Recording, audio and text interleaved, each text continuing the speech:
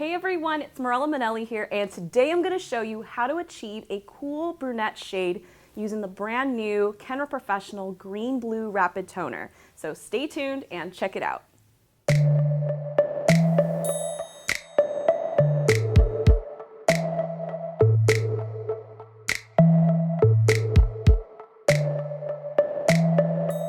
This is my model Jasmine, and as you can see, she's a natural level 1-2, so she's pretty dark, and she's had quite the color history. So we just got finished talking through her consultation, and about 2 years ago, she had a pink ombre and then decided she wanted to cover it back up to her natural hair color.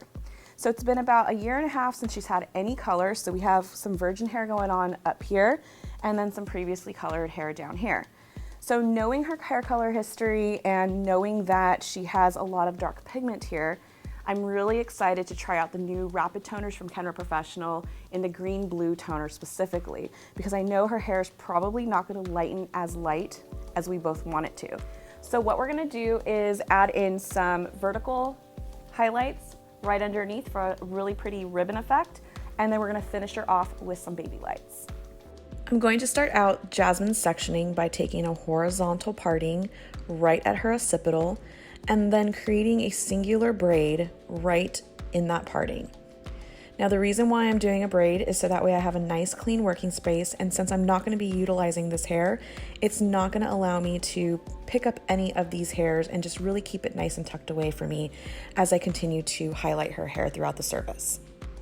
Next, I'm going to take a horseshoe shaped section right at the top of her head, but really utilizing the arch of her eyebrow as a guide. Now, the reason why I'm doing a wide horseshoe shaped section is because I really love the rounded partings towards the edge, and it's just going to give me a nice softer effect or end result. Just make sure to secure your section nice and tight with several clips if needed, so that way you have a nice clean working space, especially when doing vertical highlights, which we're going to be doing right underneath. Now that I'm done pre-sectioning, I'm going to mix up one of my favorite lighteners, which is Kenra Professional Simply Blonde Blue Powder Lightener with 20 vol in a 1:3 mixing ratio. Now the reason why I love this lightener is because it's going to give me optimal lift, but it also has that blue pigment, which is also going to help control some of the underlying pigment as we're lifting, especially since her hair is naturally black. Now to start her highlights, I'm just going to split her hair right down the center in that midsection in the back and create a micro slice. Now I really like the micro slices because it still gives you that nice pop of blonde, but it still has a nice soft ribbon effect at the same time. Now when applying your lightener, you're going to want to apply it kind of a few inches away from the root area and then really saturate those ends. Now you'll notice that I'm tri-folding all of my foils, so the tri-fold is really going to help prevent the lightener from getting at the root area. You'll also notice that when I apply the lightener, when I do apply it in that midsection first, I then feather it up into the root. So I'm really not getting the lightener right at the new growth area because I still want that soft, rooty effect. Tri-folding is also great practice to have in your back pocket, especially if you're going to be using two different types of lighteners. So sometimes we're using a much stronger developer at the root area and maybe a low developer at the ends. So the tri-folding is also going to help isolate those sections so that way you don't mix the two products together. Now, a really quick tip if you are going to be trying out doing some vertical highlights is make sure you have plenty of clips on hand. I really like using duckbill clips because I can layer them on as many as I need as I'm working throughout these sections. Now you're not going to really want to work in any wider section than about 4 inches wide, because after that it does get rather difficult, especially with the roundness of the head. Another quick tip is as you start to move and pivot towards the front, you're going to want to take kind of a slightly pizza type of slice for your subsections, so that way you can make sure that your highlights continue to be vertical, and that way they're not going to become horizontal towards the front. Now, if you're still wondering what's the difference between horizontal versus vertical highlights, just remember that horizontal highlights are always going to give you a much more blended effect, and vertical highlights on the underside are going to give you more of a ribbon effect, therefore giving you a little bit more of a pop of blonde. Now, as I start to work closer towards the face, what you'll notice is that I'm going to leave about 1.5 inches to 2 inches of her hairline out, and then finish her off with some back-to-back baby lights. And when applying the product, I'm going to go ahead and take the lightener all the way to her new growth. The reason why I chose to do this is so that way she has a little bit of a lighter and brighter effect, especially if she is going to wear her hair away from her face or in a ponytail. I just got done applying her vertical slices, and then I finished her off with the baby lights right on through the hairline, and everything was rooted except for the front 2 foils. So now I'm going to go ahead and section her top section. And all I'm going to do with this horseshoe shaped section is split it right down the middle. What I'm going to do now with these front 2 sections here is go in with a diagonal back section, all baby lights, just to finish her off with some softness. So since we did a lot of rooted slices throughout the underside and the back, it's going to give you a nice ribbon and pop of blonde, but we want to keep it nice and natural towards the top, which is why I'm going to go through and baby light it. When starting out any of my highlights, especially on the hairline, I usually comb all of the hair back and then weave out the hair that I want to highlight towards me. So that way I don't have any hair in my way and gives me a nice clean working space. And as you can see, I'm taking the product right at her new growth. So I really want a little bit of that pop of blonde and lightness and brightness around the face, because she does sometimes wears her hair up in a ponytail or away from her face. So to prevent any bleeding or oversaturation of product, I do like to apply the lightener a little bit away from the root area and then just slightly feather it right on up into that new growth. Now you can totally customize this technique for your client. So for Jasmine's hair, I decided that I wanted to do 1/2 inch subsections and continued on back in that diagonal back fashion with baby lights.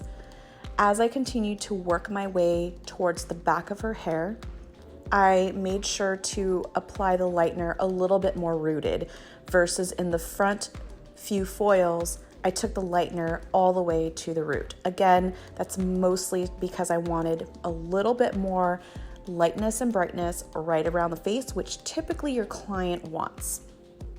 Now, I highly recommend that if you're going to do this technique, to take really clean sections and have really clean, crisp foils.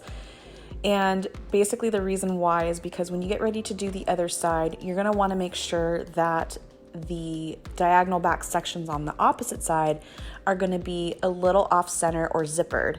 That way you don't have any of your highlights meeting right in the center, creating too much of brightness right down the center of her hair, especially if they part their hair down the center. Continue applying your foils all the way back until the entire section is complete. I'm completely done applying her foils. And as you can see right here on her final section, one thing I want to note is that if you're going to do this technique with it split down the middle, make sure that your sections are zippered. So we're just going to process her for about 15 minutes. We'll check her foils, and once she's lifted to a nice level 6, we'll go ahead and rinse her out and apply her final shade. I processed Jasmine's hair for about 20 minutes. And as you can see, that blue powder lightener did an amazing job lifting out her previously colored hair as well as her natural hair nice and evenly. I went ahead and thoroughly rinsed her and then shampooed her with Kenra Professional Kenra Platinum Luxe Shine Shampoo. And then I got ready to apply her final glaze. So I decided to mix up the brand new Rapid Toner from Kenra Color in green blue in a 1:2 mixing ratio with 9 volume developer.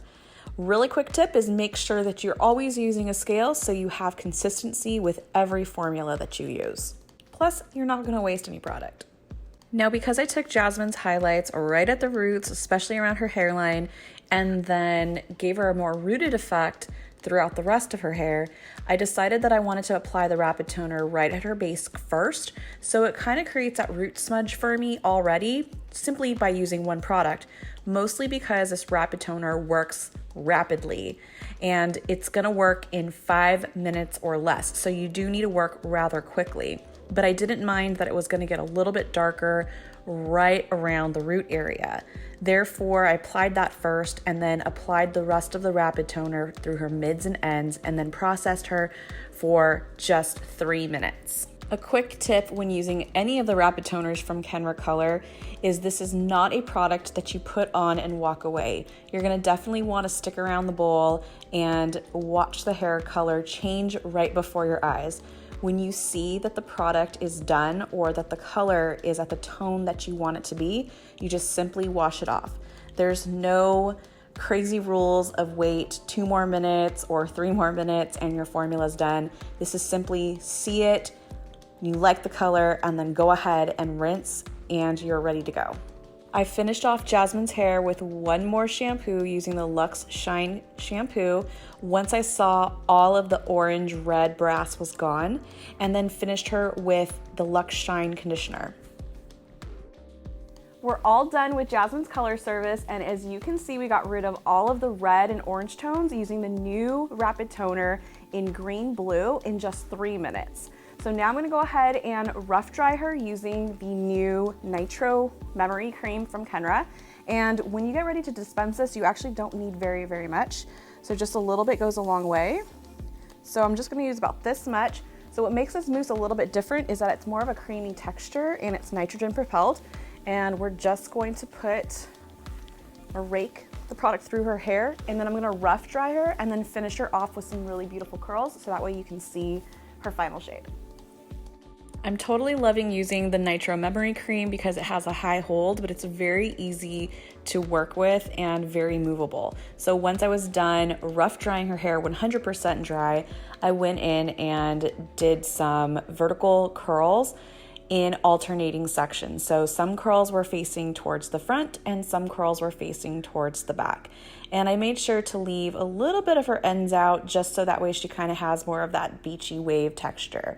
So I did use a 1 1/4 inch Marcel iron, and then towards the face, I just made sure to curl all of her curls away from her face. Here is our final result on how to achieve a cool brunette shade using all Kenra Professional. So just to recap on what I did to Jasmine's hair, we used Kenra Professional Blue Powder Lightener in 20 volume developer at a 1:2 mixing ratio. And then for her final glaze, we used the new rapid toner in green blue for just 3 minutes. And I absolutely love the results, and I hope you do too. And if you love this video, give it a thumbs up and subscribe, and I hope to see you guys next time.